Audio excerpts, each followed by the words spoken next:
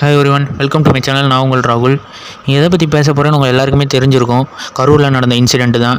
ஏகப்பட்ட பேர் இறந்துருக்காங்க. குழந்தைகள் உட்பட, பெரியவங்க உட்பட ஏகப்பட்ட பேர் இறந்துருக்காங்க. அது போக நிறைய பேர் வந்து சிகிச்சை பெற்றுட்டு வராங்க ஹாஸ்பிட்டலில். அது எல்லாருக்குமே உங்கள் எல்லாருக்குமே தெரியும்.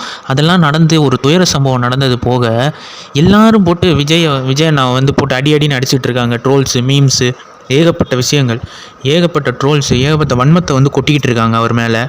டிவிகே மேலே தப்பா, டிஎம்கே மேலே தப்பான்றது வந்து இங்கே பேசக்கூடாது. ஃபஸ்ட்டு முதல்ல வந்து யார் இப்போ தான் வந்து இந்த துயரமான சம்பவம் நடந்திருக்கு, எதுக்கு இவரை போட்டு அடிக்கணும்?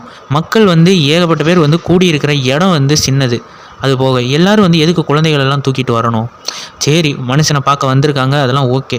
அது போக வந்து அவர் ஏற்கனவே சொல்லியிருக்காரு, இந்த மாதிரி முடியாதவங்க குழந்தைகள்லாம் தூக்கிட்டு எந்த இதுக்கும் வராதிங்க கூட்ட நெரிசலில் அப்படின்னு ஏற்கனவே சொல்லியிருக்காரு. அது போக இவங்க வந்திருக்காங்க. அது மட்டும் இல்லாமல் வந்து மனுஷன் வந்து ஏற்கனவே வந்து இந்த அரசியலுக்கு வந்ததே வந்து நீங்கள் கொடுத்த அந்த புகழ் பேருனால தான், உங்களுக்கு எதாவது நல்லது பண்ணணுன்ற எண்ணத்தில் தான் வந்து அரசியலுக்கு வந்திருக்கேன்னு சொல்லிடுறாரு.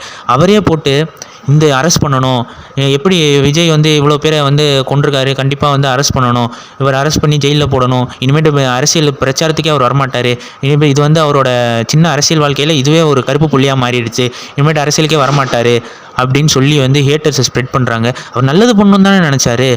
இப்படிலாம் நடக்கும்னு அவருக்கு மட்டும் என்ன தெரியுமா? ஏகப்பட்ட தடங்கள், ஏகப்பட்ட இது கவர்மெண்ட் ஒத்துழைக்காமல், ஏகப்பட்ட வந்து கூட்ட நெரிசல். மறக்காம சர்ப்ரைஸ் பண்ணுங்க. தேங்க்யூ.